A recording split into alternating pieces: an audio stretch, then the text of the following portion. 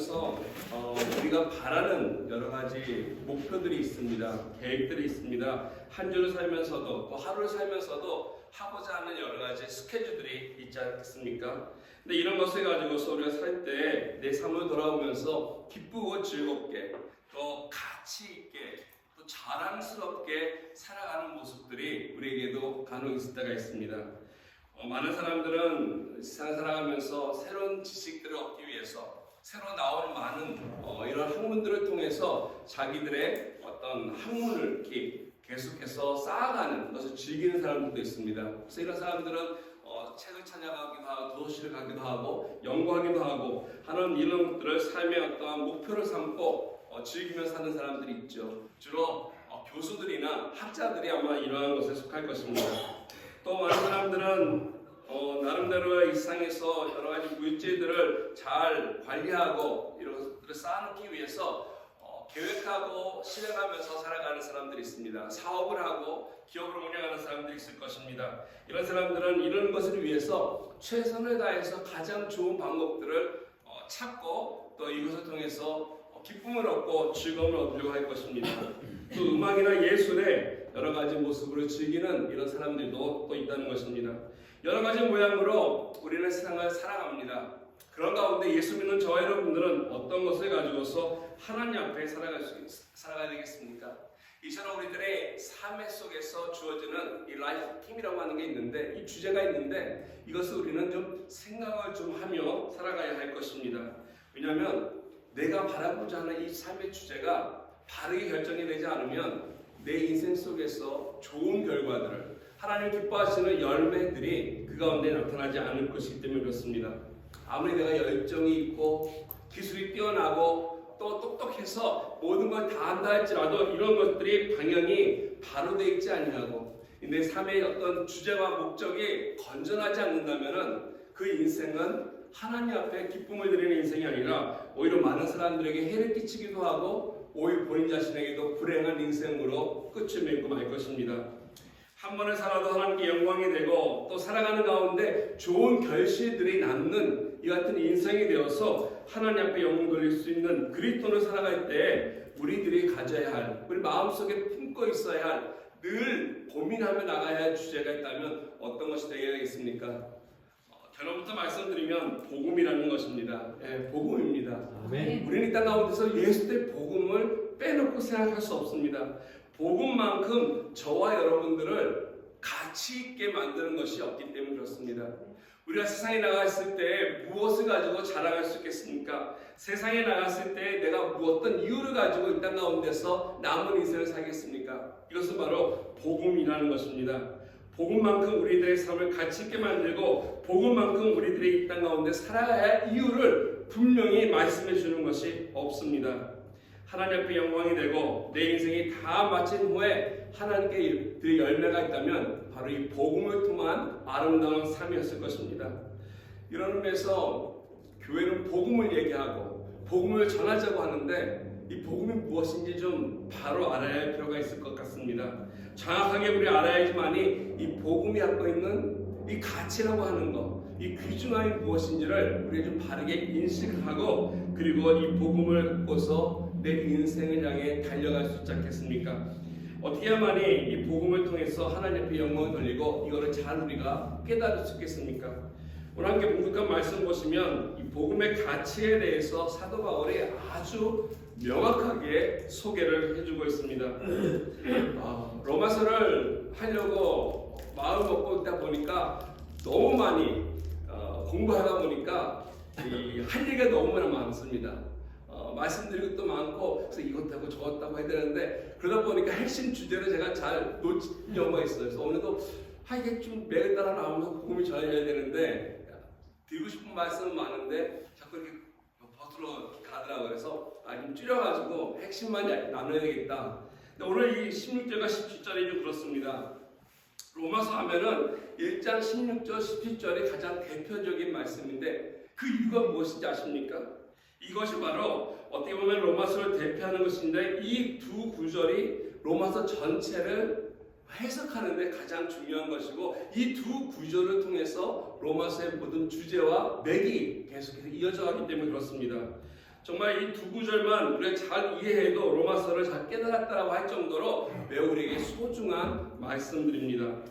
흔히 이 로마서를 기록한 사도 바울의 갖고 있는 이 신학을 우리가 많은 사람들이 분석하면서 이야기합니다. 사도 바울이 갖고 있었던 예수 그리스도를 믿는 그 믿음이 무엇이냐면 이신칭이라고도 얘기합니다. 일반적으로 즉 하나님 앞에 믿음으로 구원을 받았다라고 하는 이 귀한 진리를 바울이 깨달아서 이 로마서를 통해서 또 다른 서신들 간간히 이 복음과 구원의 연관성에 대해서 잘 소개했다고 얘기합니다.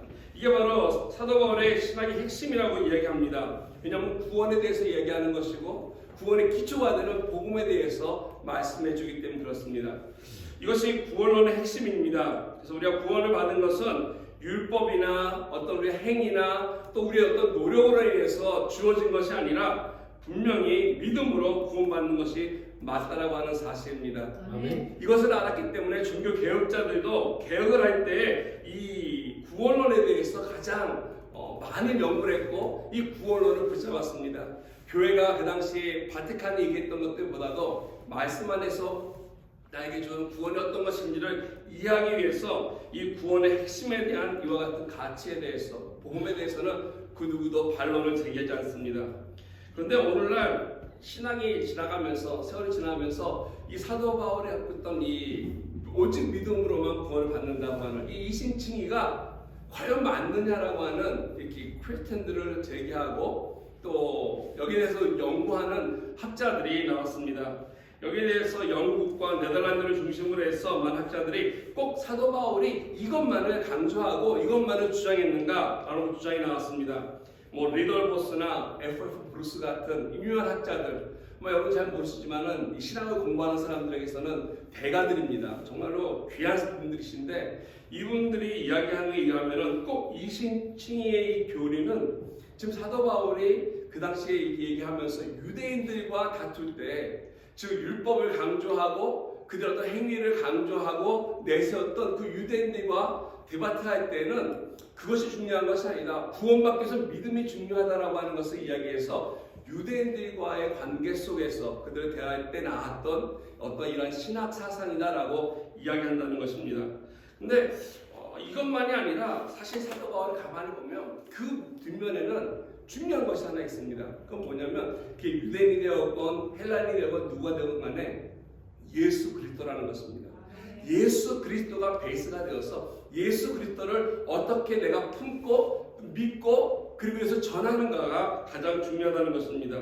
네. 예수 그리스도의 사역을 통해서 하나님께서 우리에게 베풀으신 이 구속사, 다른 말로 하면 십자가와 부활이라고 하는, 그래서 이 십자가와 부활이 복음이라고 하는 것을 이루는 이 귀한 진리를 바울이 주장했던 것이고 이것이 바로 그가 말하고자 하는 복음의 핵심이라고 이야기할 수 있습니다.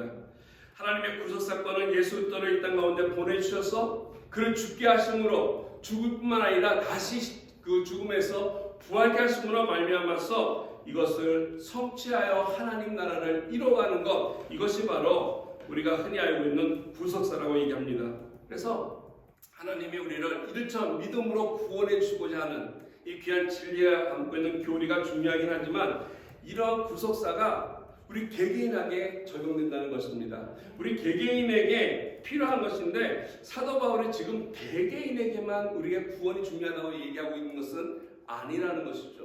왜냐하면 로마서를 쓰면서 아무 개에게 쓰는 것이 아니라 로마에 있는 교인들에게 쓰고 교회 향해서 쓰고 또 더불어서 이 말씀이 계속해서 이어져서 그 다음 오는 세대 속에서 많은 예수 믿는 믿음의 공동체인 교회가 받아야 할 말씀이었기 때문에 그렇습니다. 그래서 내가 믿음으로 구원받는 거 중요하지만 지금 바울이 개개인의 구원이 아니라 좀 더 크게 봤어. 하나님 나라가 이 땅 가운데 어떻게 구원을 이뤄가고 있는지에 대한 큰 그림을 이야기한다라고 말씀드릴 수 있습니다. 그래서 정리하자면은 이 하나님의 구속사역의 효력이라고 하는 것, 이거는 우리 개개인에게 주어집니다. 내가 예수 믿어서 그 믿음으로 구원받는 것. 그러나 더 넓은 의미에서는 한 사람 한 사람 한 사람이 하나가 이루어지는 이 교회가 하나님 나라를 이뤄나가는 놀라운 하나님의 계획이 있다는 것입니다. 네. 그래서 이것을 나만을 바라보는 것이 아니라 나를 뛰어넘어서 하나님 나라를 바라보는 관점에서 우리가 이 말씀을 좀 보았으면 좋겠습니다. 그래서 하나님의 구속 사역이라고 하는 것은 이 바울의 어떤 핵심이라고 말씀드리지만은 이것을 그가 오늘 15절에 보면은 이 사역의 중요성을 이렇게 얘기하고 있습니다. 그러므로 나는 할 수 있는 대로 로마에 있는 너에게도 복음 전하기를 원한다. 자기에게 주어진 구원뿐만 아니라 지금까지 사역했던 많은 곳에 세운 그 교회에게 전했던 복음뿐만 아니라 이제 이것이 여러 지역들을 넓혀서 로마에까지 가기를 바라는 사도 바울의 마음이 담겨 있습니다. 지난주에 말씀드린 것처럼 이미 20년 동안의 바울은 수많은 지역을 다니면서 많은 사람을 만나고 교회를 세우고 또 그 교회를 개척해 나갔습니다. 그래서 어떻게 보면은 그런 것을 통해서 복음을 전할 수 있는 기본적인 어떤 베이스를, 초석들을 잘 만들어 왔죠. 특별히 에베소 같은 곳에서는 함께 모여서 제자들을 훈련시켰던 두란노 수업 같은 것이 있었습니다. 이제 이런 것들을 잘 바꾼 바울이 로마에 가서 무엇을 하고 싶었냐면 로마로부터 더 많은 곳에 이 세상을 향해 펼쳐나가는 이와 같은 기초를 세우기를 원하는 마음이 있다는 것입니다. 그래서 너에게도 가서 이처럼 하나님 나라를 확장시키는 위한 일들을 하고 싶다라고 하는 것이 이 바울의 인텐션입니다. 근데 여기서 바울은 끝나지 아니하고 로마 사역이 끝난 후에 우리가 알다시피 스페인까지 가는 것을 그는 이야기하고 있었습니다. 스페인에 다녀온 후에도 하나님의 부르심이 그에게 계속 있는 그날까지 생명을 다하는 순간까지 그는 땅끝까지 예수 그리스도의 복음을 증거함으로써 하나님 나라를 이루는 것을 목표로 삼고 있다는 것입니다. 아마 이것이 사도 바울이 일평생 그의 마음속에 품고 있었던 삶의 주제이고 이것을 위해서 그는 살았던 것 같습니다. 저 여러분들에게도 이와 같은 삶의 동기와 주제가 있어야 되지 않을까 생각됩니다. 물론 우리 땅 가운데 살아가면서 하고자 하는 우리들의 많은 바램들이 있지만 그 바램을 뛰어넘어서 똑같이 하나님의 입장에서 하나님의 나라를 바라보면서 이 땅 가운데 하나님 나라가 이루어지기를 원하는 예수의 복음을 증거하고 그 복음을 나누고자 하는 이 사명이 저와 여러분들에게 주어져야 할 것입니다. 아멘. 예수의 십자가와 부활 이것을 세우고 외치고 나가는 것이 우리 인생의 대주제여야 할 것입니다. 그래서 오늘 16절은 이렇게 얘기합니다. 바울은 선포하기를 이 복음을 내가 부끄러워 아니한다라고 그는 고백하고 있습니다. 복음을 부끄러워하지 않는다, 창피하게 여기지 않는다, 오히려 그는 자랑스럽게 생각한다라고 선포하고 있는데 왜 그런지를 우리가 좀 생각해 볼 필요가 있습니다. 여러분은 언제 부끄러워하십니까? 언제 이렇게 좀 창피하다고 생각되십니까? 무엇에 대해서 부끄러워하시고 창피하다고 느낄 때가 계십니까? 아마 많은 사람들은 자기가 가지고 있는 배경이나 또 자기가 갖고 있는 것들에게 이것이 좀 가치가 없다고 생각해질 때, 보잘것없다고 생각되어질 때 우리는 좀 부끄럽기도 하고 창피하기도 할 것입니다. 그래서 이것이 좀 보잘것없는 가치 없기 때문에 숨기고자 하는 이런 마음들이 우리에게 있다는 것이죠. 다른 사람과 비교해 봤을 때 내게 좀 떨어지면 그런 모습 속에서 우리는 창피함도 당하기도 하고 부끄러워한다는 것입니다. 두 번째 경우는 언제 우리가 부끄러워하냐면은 내가 가지고 있는 것에 자신이 없을 때, 이럴 때 우리는 부끄러워한다는 것입니다. 내가 가지고 있는 것에 대해서 확신이 없을 때 우리는 주저하면서 부끄러워합니다.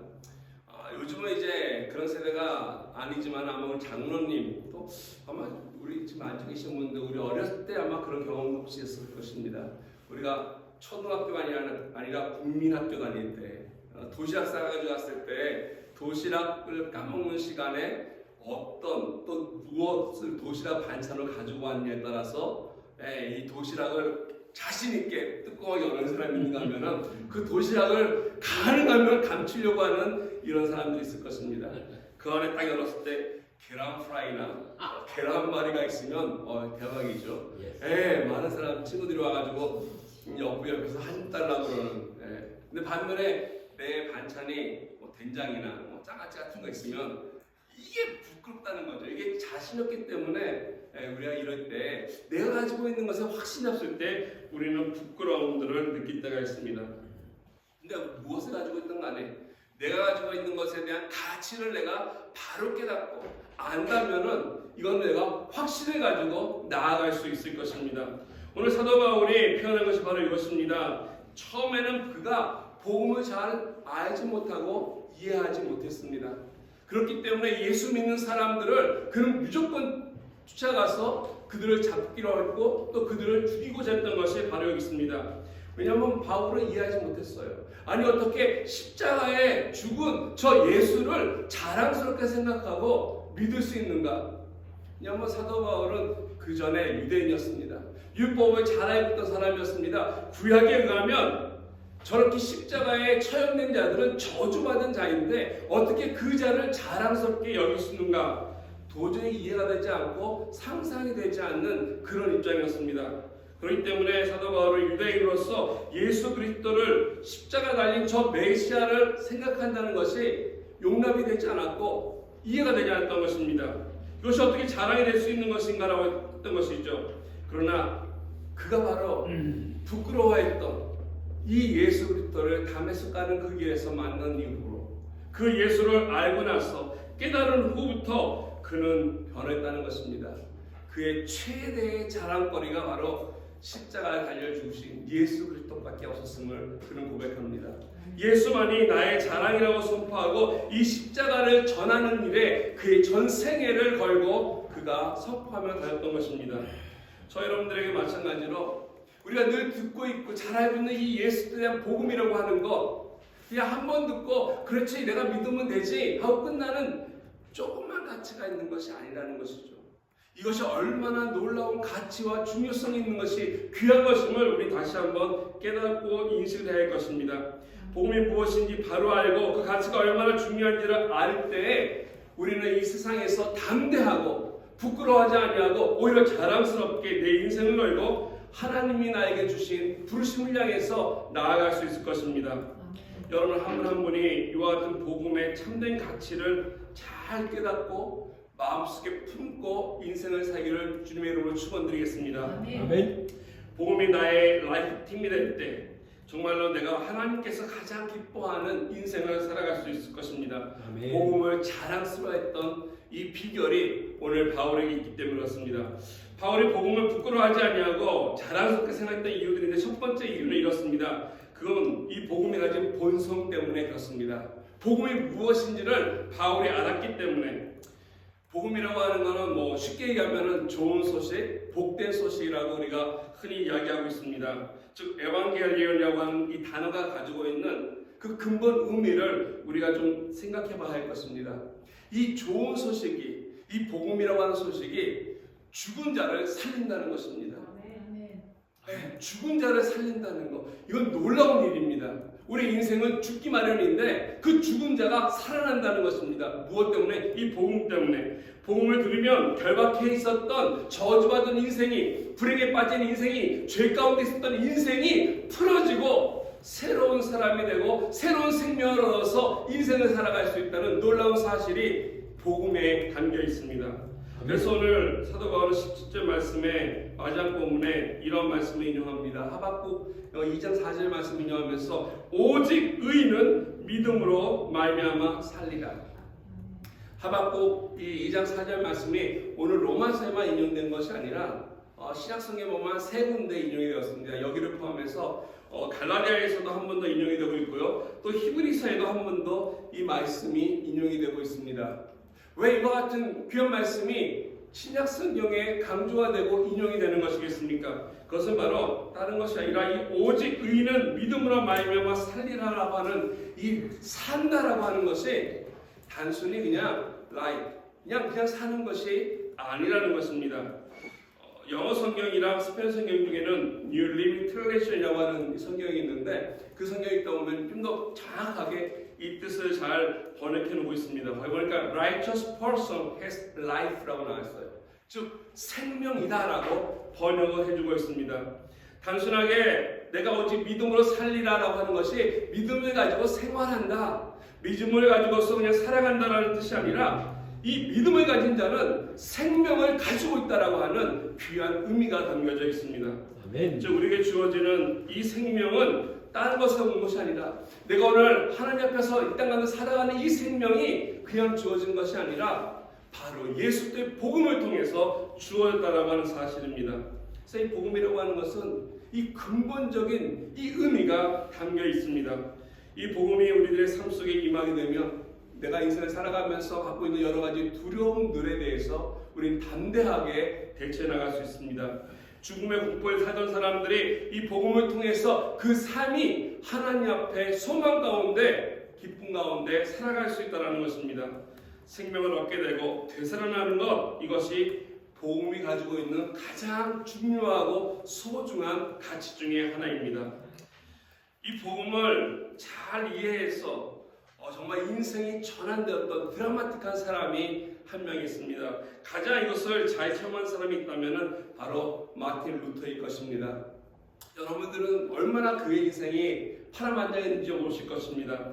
우리가 많은 사람들이 마틴 루터 하면은 물론 종교 개혁자로 이해하시면서 그가 카톨릭 수도사로만 우리가 이해하실 텐데, 사실 그는 원래 카톨릭 수도사이기 전에 그는 법을 공부했던 이 법학도였습니다. 법을 공부했는데 그가 법을 공부하게 된 이유는 그의 아버지가 매우 엄격하신 분이었습니다. 그래서 모든 일에 무섭고 늘 오면 야단을 치는, 그래서 그 엄격한 아버지 때문에 그가 법을 어떻게 잘 지키기 위해서, 법을 알기 위해서 법학도가 되어서 공부했다는 것입니다. 그의 마음속에 새겨진 하나님에 대한 이미지가 이 엄격한 아버지의 이미지가 덧붙여져서 하나님 생각하면 법을 어기면 진노하고 법을 어기면 심판하시는 무서운 하나님으로서 그는 그 하나님에 대한 존재를 알고 경험하고 또 이렇게 살아왔던 사람이었습니다. 루터가 기록한 것에 의하면 한 번은 자기 친구와 함께 집으로 돌아가는 길에 끔찍한 일을 경험했습니다. 벼락에 쳐서 자기 친구가 자기가 본 눈앞에서 벼락에 맞아 죽은 것입니다. 그걸 보면서 하나님의 진노가, 하나님의 심판이 이와 같이 무섭다라는 것을 그는 생생하게 경험했다는 것입니다. 그러므로 결국 그가 공부하던 법을 포기하고 그 하나님의 진노에 두려워서 어떻게 하면 여기서 내가 벗어날 수 있을까 해서 그가 찾아간 것이 바로 선 어거스틴 계열에 있는 이 수도원을 그가 찾아가서 수도로서 그 안에서 열심히 하나님의 진노에서 벗어나기 위한 고행을 하고 금식을 하고 나름대로 열심히 기도하면서 경건을 추구했습니다. 어떻게 하면 이 하나님께서 우리를 향한, 나에게 향한 이 진노를 피할 수 있을까? 그곳에서 그는 귀한 친구를 하나 만납니다. 조앤슨 피스라고 하는 다른 수도사인데, 그가 이야기하면서 한 후에 이 수도가 이런 얘기했습니다. 루터야, 나도 열심히 경건하게 살려고 노력을 했지만은 수천 번 했지만 번번이 그 수고와 내가 한 노력이 실패했다네. 그러면서 하는 말이 이렇게 얘기합니다. 내가 더 이상 하나님 앞에 무엇을 하겠다라고 서약을 하지 않네. 차라리 내가 이걸로 노력하는 것 대신 오히려 하나님의 자비와 하나님의 긍휼하심에 나의 인생을 맡기고 그것을 구하는 것이 훨씬 더 나에게 평안을 주고 나았다는 것을 알았다고 하는 이 좋은 비결을 이야기해 줬습니다. 그럼에도 불구하고 루터는 그 하나님의 긍휼과 자비가 하나님의 진노보다 커 보이지 않았던 것 같습니다. 그래서 자기 자신이 한 약속을 지키지 못하는 자기 자신에 대해서 분노하고 또 하나님께 하고자 했던 그걸 이루지 못하는 자기 자신을 바라보면서 실패하는 모습을 보면서 너무 화가 나서 하나님 앞에 몸부림쳤습니다.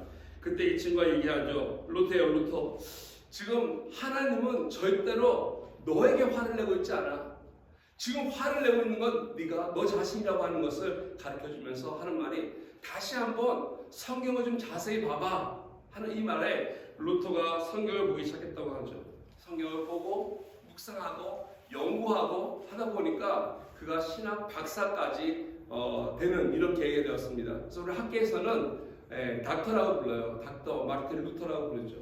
그 후에 그가 비텐버그 대학에서 신학을 가르치게 되었고, 신학을 가르치는 과정 속에서도 끊임없이 그의 마음속에 짓누르고 있는 이 공포, 이 두려움, 이 세상 가운데 있는 이 죄와의 싸움 속에서 벗어나고자 하는 하나님께서 주시는 이 평안이라는 것을 전혀 깨닫지 못하고 살아갔던 그가 1510년도에 로마를 방문합니다. 방문하면서 교황청을 방문하면서 그곳에서 충격적인 것을 보죠. 로마의 그 화려함과 더불어서 그 로마가 그 교황청에 얼마나 부패되어 있다는 것을 보면서 그는 발길을 돌이킵니다. 로마 교황청이 이렇게 부패였는데 하는 말이, 만약에 지옥이 있다면은 그 지옥 바로 위에 이 로마 교황청이 있을 것이다 할 정도로 너무나 그의 마음속에 회가 느껴졌고 그리고 하나님에 대한 진노가 더욱더 심하게 느꼈습니다. 그래서 제가 찾아간 곳이 어디냐면은 스칼라 산타라고 하는 거룩한 계단이라고 하는 곳이 있는데 거기는 28개의 하얀 대리석으로 되어 있는 계단입니다. 이 계단에 많은 사람들이 무릎을 꿇고 올라가면서 자기의 죄를 자백하고 어떤 자유함을 얻는 곳이라고 합니다. 전승에 따르면은 이 대리석이 어떤 거냐면 바로 예수님께서 이 빌라도의 법정에서 재판받고 나가실 때 걸었던 그 길에 있었던 그 돌들을 가져다가 만들어 놓은 계단이라고 이야기를 합니다. 이것을 326년도에 헬레나 왕비 즉 콘스탄티노 대제의 어머니가 이것을 가져다가 예루살렘을 가져다가 로마에다가 만들어 놨다고 합니다. 그래서 많은 사람들이 이것이 거룩한 계단이라고 얘기하면서 그곳에 가서 고행을 하고 기도를 하고 한다면은 그가 하나님으로부터 죄를 용서받는다고 한다는 것이죠. 생각해 보십시오. 예루살렘에서 가져온 돌이 무슨 효력이 있다고 우리들의 죄를 사할 수 있겠습니까? 아무리 예수님이 걸었다 하더라도 그 돌들이 무슨 효력이 있겠습니까? 그 돌 위로 걸으신 예수들을 붙잡아야 되는 것이지 그 돌을 걷는다고 그 돌 위로 무릎을 받는다고 아무런 의미가 없을 것입니다. 그럼에도 불구하고 오늘날에도 많은 사람들이 이와 같은 것에 이렇게 솔깃한다는 것이죠. 왜 그렇습니까? 그 죄에 대한 문제를 해결하지 못하고 살아가는 많은 사람들이 있어서 그렇습니다. 아마 여러분들이 예루살렘을 방문하게 되면 성지 수련하면서 그곳에서 파는 많은 것들 중에 기념품이라고도 하고 또는 효력이 있다고 얘기하면서 파는 것 중에 요단강 물을 담겨있는 물병이 있을 것입니다. 그래서 그 물병을 가져다가 바르거나 뿌리거나 마시거나 하면 병도 낫고 또 치도 되고 마귀도 다 떠난다고 하는 이런 이야기들을 한다는 것이죠. 소위 이런 것들을 대량으로 갖고 와서 판매하는 강매하는 교회도 있습니다. 복음이 아닌 엉뚱한 것을 가지고서 우리들의 인생을 살아가면서 혹하게 하고 거짓된 것에 믿음을 갖게 하는 이런 많은 것들이 오늘날에도 교회 안에 우리 기독교 안에 있다는 것입니다. 마틴 루터 또한 그 당시에 그 에스칼라타 산타로 올라가면은 정말로 죄사함 받는 줄 알았던 것 같습니다. 그곳에 가서 그는 오르고 내릴 때 그 무릎이 깨지고 으스러질 정도로 하나님 앞에 자기의 죄를 자복하며 하나님의 진노를 피하기를 간구했습니다.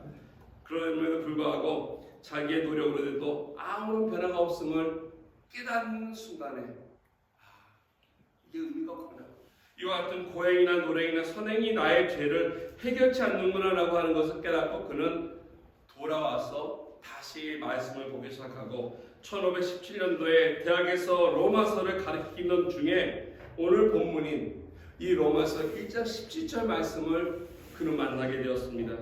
나의 행위가 아니라 나의 고행이나 금승이나 어떤 선행이 아니라 믿음이 나를 살게 한다는 것, 믿음이 하나님의 진노에서 나를 구원해 준다라고 하는 것, 이 믿음이 무엇인지를 바로 깨닫는 순간 이 진리를 깨닫고 알았고 그 순간에 그는 자기를 억누르고 있었던 짐에서 자유함을 얻겠던 것입니다. 하나님 앞에 나간다는 것이 이것이구나. 내가 약속을 하고 내가 고행을 하고 내가 기도를 하고 해서 얻어지는 것이 아니라 하나님 앞에 믿음으로 말미암아 나에게 생명이 주어진다고 하는 사실을 그는 깨달았습니다. 이게 바로 복음입니다.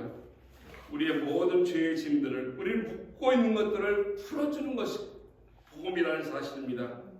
오늘날도 이 복음이 가는 곳곳마다 복음이 들려지는 곳마다 놀라운 일들이 일어나고 새로운 생명들이 그들에게 주어질 때가 있습니다.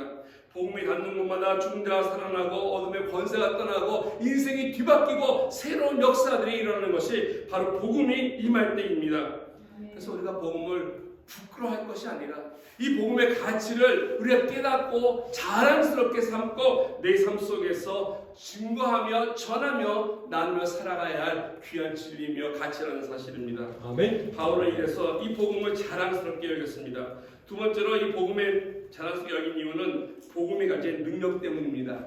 오늘 말씀 보면은 이렇게 얘기하고 있습니다. 복음 안에 하나님의 능력이 있습니다. 16절 말씀에 보면 내가 복음을 부끄러워하지 아니하노니 이 복음은 모든 믿는 자에게 구원을 주시는 하나님의 능력이 됨이라. 먼저는 유대인에게요 그리고 헬라인에게라. 여기 보니까 복음에 대한 두 가지 귀한 사실을 우리가 알 수 있습니다. 하나는 이 복음이라고 하는 것은 무제한입니다. 무제한적이라고 하는 사실입니다. 여기 보니까 이 무제한이라는 것은 무슨 의미냐면 누구든지 모든 자 누구에게나 이 복음이 다 적용이 된다는 것입니다. 아멘. 이 복음은 누구를 가리지 않습니다. 유다인이든 헬라인이든 로마 사람이든 한국 사람이든 미국 사람이든 상관없습니다. 모든 자에게 이 복음은 구원을 준다라고 하는 사실입니다. 아멘. 이런 면에서는 unlimited, 무제한입니다. 그런데 동시에 이 복음은 또 제한적이라고도 말씀드릴 수 있습니다. 그것은 왜 그러냐면 믿는 자에게 주어진다는 것입니다. 모든 믿는 자에게 구원이 주시는 것입니다. 이런 면에서는 우리에게 좀 제한되어 있습니다. 내가 가만히 있어도 구원받는 것이 아니라는 것입니다. 내가 가만히 있어도 구원받는 것이 아니라 everyone who believe, 믿는 자에게, 누구든지 믿는 자라면은 바로 이와 같은 구원을 받을 수 있다고 하는 제한적인 측면이 있습니다. 이것이 우리에게 적용된다면서 하는 말씀이 이 안에 이런 일이 일어날 수 있는 것은 하나님의 능력을 담고 있기 때문에라고 얘기하고 있습니다.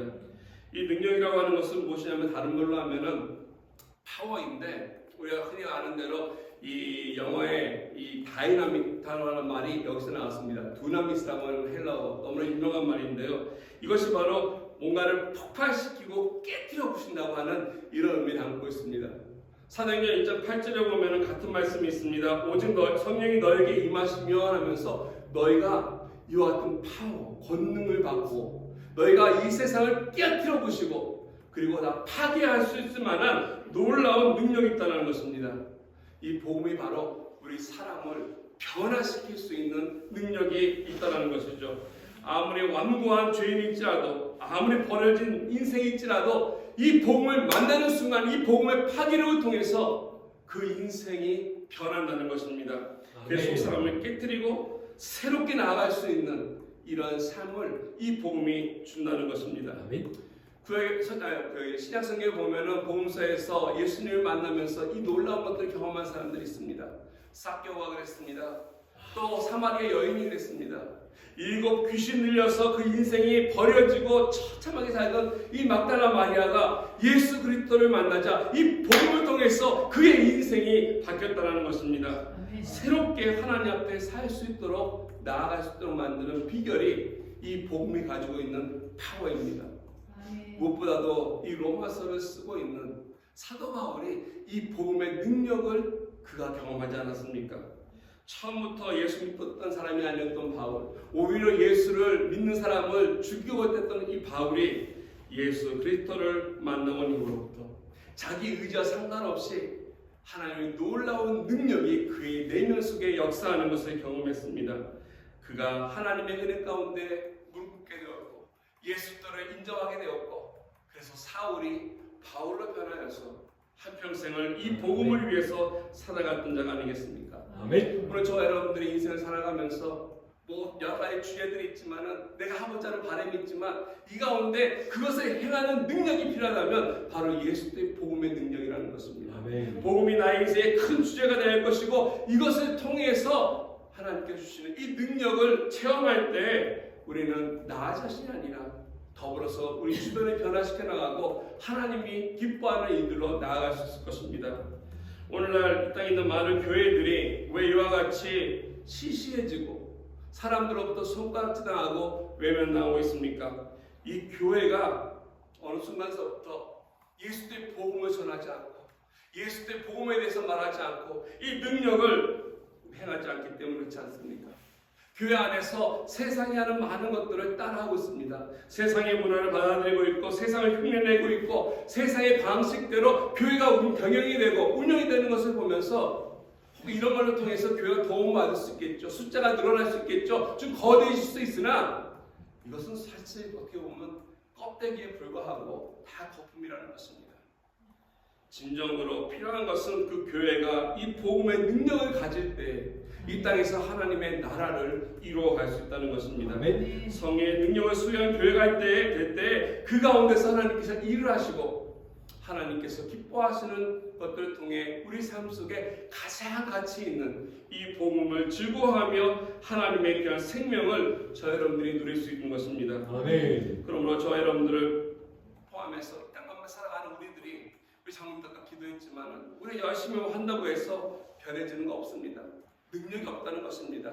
저 여러분들의 능력이 없으나 이 복음이 가지고 있는 능력, 이 복음의 능력을 통해서 우리가 이 땅 가운데 하나님의 나라를 세워나갈 수 있는 것입니다. 이런 면에서 저희 교회가 다른 것보다도 이 복음의 능력을 나눌 수 있으며 증거할 수 있으며 또 드러낼 수 있는 그런 교회가 되기를 주님의 이름으로 축원드리겠습니다. 아멘.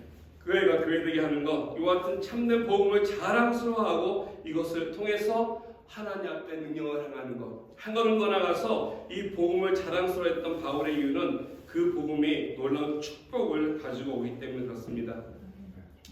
복음을 받게 되면은 복음으로 끝나는 것은 아닙니다. 복음 안에서 우리가 해야 할 것이 있습니다. 복음을 듣고 복음을 이해하고 복음을 믿고 그 다음에 해야 할 것이 있는데 이것은 바로 하나님을 누리는 것입니다. 이게 진정한 구원의 삶이라고 말씀드릴 수 있습니다. 오늘 다시 한번 17절 말씀 보겠습니다. 10절 말씀 보니까 복음에는 하나님의 의가 나타나서 믿음으로 믿음에 이르게 하나니 기록된 바 오직 의인은 믿음으로 말미암아 살리라 함과 같으니라. 복음 안에는 하나님의 능력뿐 아니라 오늘 10절 말씀 보니까 하나님의 의가 들어있다라고 말씀하고 있습니다. 이 의가 무엇인가에 대해서 여러 가지 의견들이 있습니다. 단순히 나의 죄를 사해줘서 내가 이제 더 죄인이 아니라 의로운 사람으로 살아가는 것이 아니야. 나의 더럽고 추한 과거에 있었던 나의 모든 행적들이 하나님 앞에 다 용서함 받고 이제 의롭게 하나님 앞에 살아간다고 하는 것. 물론 이것이 틀린 것은 아닙니다. 부분적으로 맞습니다. 당연히 예수님이 십자가에 돌아가심으로 말미암아 우리의 모든 짐을, 우리의 모든 죄를 다 담당하셨습니다. 이것은 분명합니다. 그래서 그 예수를 믿기 때문에 나 또한 그와 같은 용서함이 주어진 건 분명합니다. 그런데 그것만이겠습니까? 내가 저 예수 믿어서 나의 죄만 다 깨끗하게 되어서 새로운 생명을 얻어서 천국 가는 것이 그것이 다겠습니까? 이게 아닐 것입니다. 당신을 위한 로마서라고 하는 제목의 책이 있습니다. 팀 켈러 목사님이 쓰신 책인데요. 거기에서 이 목사님이 이 부분에서 이렇게 얘기합니다. 우리가 예수 믿고 구원받아서 이 땅 가운데 살다가 천국 가는 것만 인식한다면은 그것은 구원의 반쪽밖에 되지 않는다라고 지적을 하고 있습니다. 쉽게 얘기하면은 내가 복음을 믿어서 알아서 깨달아서 나의 죄가 해결된다고 한 것까지만 한다면은 그건 구원의 반쪽밖에 되지 않는다는 것이죠. 실제로 많은 교회에서는 선교사들이 얘기할 때 있습니다. 죄를 지적합니다. 간음하지 마십시오. 도둑질하지 마십시오. 마약이나 도박 같은 거 하면 안 됩니다. 이건 죄입니다라고 많은 사람들이 지적합니다. 그리고 이런 설교들이 마땅합니다. 또 우리가 좀 들어야 할 때가 있습니다. 좀 거북하고 불편하더라도 죄를 지적하고 내 마음 속에 있는 것들, 내 내면 속에 있는 것들을 드러내는 이러한 말씀들이 올 때 그 말씀에 우리는 들어야 한다는 것입니다. 그런데 이런 설교자들의 설교가, 이런 메시지가 나의 죄를 들춰내고 지적만 하고 그리고 그 죄만 하나님 앞에서 끊으라고 얘기한다면은 그게 가능하겠습니까? 도박하는 사람들이 왜 도박에 빠지겠습니까? 마약하는 사람들이 왜 마약에 빠지겠습니까? 그들이 의지가 없어서는 아닐 것입니다. 끊으려 해도 끊어지지 않기 때문에 그렇지 않습니까? 끊었다 할지라도 끊고 나서 그 다음에 대책이 없으면 얼마 후에 다시 돌아가서 마약을 하고 도약을 하는, 이 도박을 하는 모습을 봅니다. 이것이 죄의 성질입니다. 우리가 죄를 끊고 나서, 죄에서 멀리 떨어져 나서, 용서함 받고 나서 멈춘다면 어느 순간에 다시 우리는 그 죄를 반복해서 살고 있는 우리들의 모습들이 있을 때가 있다는 것입니다. 나의 과거라고 하는 죄, 이 죄가 내 마음 속에서 다 제거된 이후에 해야 할 것이 있습니다. 그것은 바로 새로운 주인을 내가 만나야 한다는 것입니다. 죄 이후에 바로 하나님의 의라고 하는 이것을 내가 받아들이고 그 의가 내 가운데 있어야 한다는 것입니다. 죄사함도 있어야 하지만 죄사함 받은 다음에 하나님 앞에 죄 없는 자로, 깨끗한 자로, 구원받은 자로, 생명 있는 자로 살아가기 위해서 그 하나님과 관계를 맺어야 한다는 것입니다. 이 관계성이 회복되는 것, 이것까지 포함하는 것이 복음입니다. 아멘. 예수 전해서 예수님 십자가 돌아가신 걸 믿습니까? 아멘 하고 기도하고 결단 기도하고 받아들이는 걸로 끝나는 것이 아니라 여기에서 한 걸음 더 나가서 우리가 하나님과 더불어 끊임없이 살아가는 이 친밀한 관계가 우리에게 주어질 때 이 복음의 효력이 주어진다는 것입니다. 제가 전도할 때 자주 사용하던 이야기 하나 있습니다. 호주의 한 감옥에서 이 죄수가 감옥을 탈옥하기 위해서 고민했다고 합니다. 연구를 많이 했던 것 같습니다. 오랫동안 연구하고 준비하면서 잘 살펴보니까 그 감옥에 정기적으로 식품을 배달해 오는 트럭이 있었습니다. 알아보니까 주중에 오는 날짜도 알았습니다. 몇 시에 오는지도 알았습니다. 그래서 잘 계획을 한 것이 그 식료품을 가지고 오는 트럭이 오는 날 몰래 숨어서 그 트럭과 더불어서 감옥을 탈옥하기를 결정을 하고 실행에 옮겼습니다. 이 트럭이 들어와서 30분 동안 정차되는 동안에 이 죄수는 몰래 이 트럭 밑에 올라가서 딱 붙었습니다. 그리고 트럭이 감옥을 나가서 빠졌습니다. 한 30분 열심히 달리다가 갑자기 트럭이 섰습니다. 한 30분 정도 지나간 것을 보고서 이 죄인이 생각하기를 이 정도면 내가 있었던 감옥에서 멀리 나왔겠지 하고 내려왔는데 두 가지의 소식이 있었습니다. 하나는 좋은 소식이고 하나는 나쁜 소식인데 좋은 소식은 자기가 바라던 대로 감옥에서 나왔다는 것입니다. 근데 나쁜 소식은 봤더니 다른 감옥에 와 있었다는 것이죠. 이게 어떻게 자유라고 할 수 있겠습니까? 우리가 예수 그리스도를 믿으면서 죄를 고백하고 죄를 고백해서 용서함 받고 씻음 받고 시간이 지난 다음에 다른 죄가 내 삶 속에 있는 것, 이것이 반복된다면 우리는 참는 자유가 될 수 없을 것입니다.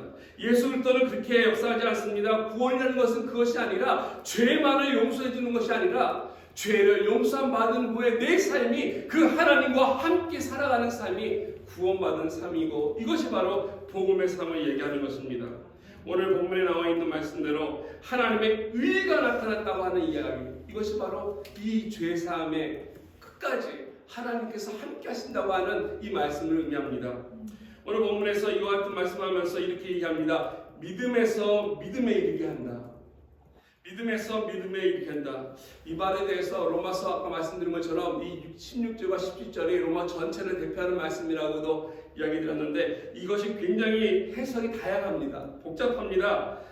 제가 다 소개해드릴 수는 없지만은 영어 성경이나 스페인 성경이나 이 성경마다 약간씩 번역이 좀 다르기도 하는데요. NIV는 이렇게 얘기합니다. 처음부터 끝까지라고 이렇게 번역을 하고 있습니다. 또 제임스 보이스라고 하는 어느 교수는 이것을 연구하면서 낮은 믿음에서 높은 믿음으로 가는 것이다 라고 소개하고 있고요. 선 어거스틴은 고백하는 믿음에서 순종하는 믿음이다 라고 이렇게 우리에게 이야기해주고 있습니다. 칼빈은 복음을 믿는 믿음에서 의를 소유하는 믿음이다. 같은 말씀 속에 정말 다양한 해석들이 있습니다. 근데 이렇게 다양한 해석 가운데서 가만히 보면은 한 가지 공통된 영이 하나 있습니다. 저도 확실히 어떤 것이 맞다라고 말씀드릴 수 없으나 한 가지 중요한 것은 이 모든 해석들 가운데 믿음에서 믿음에 이르게 한다라고 하는 것에 공통된 것은, 믿음이라고 하는 것은 정체된 것이 아니라는 것입니다. 믿음은 내가 어떻게 소유하는, 가만히 있는 것이 아니라는 것입니다. 오늘 사도 바울이 말하고 있는 것은 이 믿음이 정체돼서 가만히만 있는 것이 아니라 이것이 움직인다는 것이죠. 많은 사람들은 믿음을 가지고서 다니면 된다라고 하는, 그냥 마치 라이센스 따고 또는 티켓만 갖고 있으면 그것만 된다라고 많은 사람들은 오해하고 생각하고 있습니다. 그런데 이 믿음이라고 하는 것은 그냥 라이센스만 갖고 있는 것처럼 가만히 있는 정체된 것이 아니라는 것입니다. 이것은 변화가 있습니다. 움직입니다. 이것이 우리의 삶 속에서 같이 더불어서 자라고 성장한다는 것입니다. 많은 사람들이 여기에 대해서 오해하기 때문에 내가 예수 믿었지만, 교회 나가지만, 그래서 그 예수님 고백했지만, 구원받은 것처럼 생각이 되어지지만 그의 삶 속에 변화가 없는 이유, 그의 삶 속에 거룩함이 없는 이유는 이 믿음이 정체된 걸로 알기 때문에 그렇습니다. 믿음 있어 라고 생각하기 때문에. 근데 이 믿음이 우리가 그렇게 생각한다면 결국 나는 변화되지 않냐고 종교 생활 속에 빠지고 그냥 썬데이 크리스찬으로서만 우리는 살아가는 것입니다. 이 믿음은 가만히 있기 때문에. 그런데요, 이 믿음은 정체된 것이 아니라 다이나믹하게 움직이는 것입니다. 처음 받았던 그 믿음이 성장하고 성숙하고 그래서 자라난다고 하는 사실입니다. 여러분들은 언제 예수 믿으셨습니까? 언제 예수님 만나셨습니까? 그때부터 지금까지 여러분들의 믿음은 정체되어 있었습니까? 아니면 성숙하며 자라나고 있습니까? 이 믿음이 우리를 살게 하는 것이라고 분명히 얘기하고 있습니다. 믿음은 생명이라고 얘기하고 있습니다. 이 믿음으로 우리가 이 땅 가운데서 살아나가면서 자라나야 할 것인데 이러할 때 우리들의 삶 속에서 하나님이 원하시는 귀한 구원의 삶을 일어날 수 있다는 것입니다. 아멘. 내가 믿었으니까 구원받았으니까 됐습니까? 그것이 아니라 내가 믿었기 때문에 이 믿음을 가지고 하나님과의 관계 속에서 이 믿음이 성장하고 성숙의 단계를 이뤄가야 한다는 것입니다. 아멘. 실제로 이 믿음이 나의 삶을 위로해 주시고 그렇기 때문에 이 믿음이 나의 삶 속에서 도움이 되는 것이고 이 믿음이 나의 삶 속에서 하나님이 기뻐하시는 일을 깨닫고 알고 그것을 실행하게 하는 것입니다. 나로 하여금 건강하고 바른 믿음의 사람이 되게 하는 것, 이것이 바로 믿음으로 의롭게 된다라고 하는 말씀의 실제 내용입니다. 이런 면에서 저와 여러분들이 단순하게 믿기만 했기 때문에 그 믿음이 가만히 있는 것으로 끝난다면은 우리들은 하나님 앞에서 놀라운 하나님의 그 은혜를, 하나님을 누리는 축복이 없을 것입니다. 내 삶 속에서 믿음 이후에 예수를 구원자로 하나님과 관계를 맺어가면서 하나님 놀랍게 우리에게 허락하시는 이 은혜를 내가 누려나갈 때 그 관계 속에서 나의 믿음이 성장하는 것, 성숙을 이뤄서 하나님께서 기뻐하는 인생이 될 것입니다. 오늘 여러분들은 어떤 인생을 사시면서 어떤 주제를 여러분 마음속에 품고 계십니까? 그냥 단순히 하나님 오늘도 건강하게 그냥 잘 먹고 잘 살고 편안하게 좋은 차 타고 좋은 집에서 살다가 하나님 부르실 때 그냥 가겠습니다. 이것이 여러분의 인생의 주제이십니까? 이렇다면은 우리의 인생의 주제 너무 소모적이고 세속적이라고 말씀드릴 수 있습니다. 이것을 뛰어넘는 그냥 건강하고 잘 먹는 거 잘 사는 것을 뛰어넘어서 하나님이 나에게 주신 그 부름 가운데 있는 복음을 품으시기 바랍니다. 아멘. 복음의 여러분의 인생을 거시면서 무슨 일을 하든지 직장을 가시든지 여행을 하시든지 어떤 일을 하든지 간에 그 가운데서 복음과 더불어서 이 복음이 나의 메인이 되어서 내 인생을 가이드하고 이끌어갈 수 있는 하나님의 은혜가 있기 원합니다. 이러할 때 하나님께서 우리 삶 속에서 복음을 통해서 새롭게 하시는 놀라운 일들을 경험해 나가실 것입니다. 아멘. 우리 같이 기도했으면 좋겠습니다. 하나님께서 우리가 살아가는 이 인생 그냥 낭비하라고 주신 건 아닐 것입니다. 그냥 시간 보내다가 세월 보내다가 때가 돼서 그냥 하나님께서 와라 하면은 가는 그런 인생 아닐 것입니다. 분명히 하나님 우리에게 복음을 맡겨주시고 복음의 사명을 위해서 살아가라고 우리에게 주신 귀한 인생입니다. 이 시간에 복음이 얼마나 소중한지를 다시 한번 마음속에 확인해 보시고 이 복음의 귀한 가치를 우리 마음속에 품고 남은 인생 복음과 더불어 하나님 살아갈 수 있도록 주님과 더불어서 하나님의 나라에 이루어갈 수 있도록 영광 돌리겠습니다 하며 결단하는 기도드리며 나아가겠습니다. 함께 하시죠.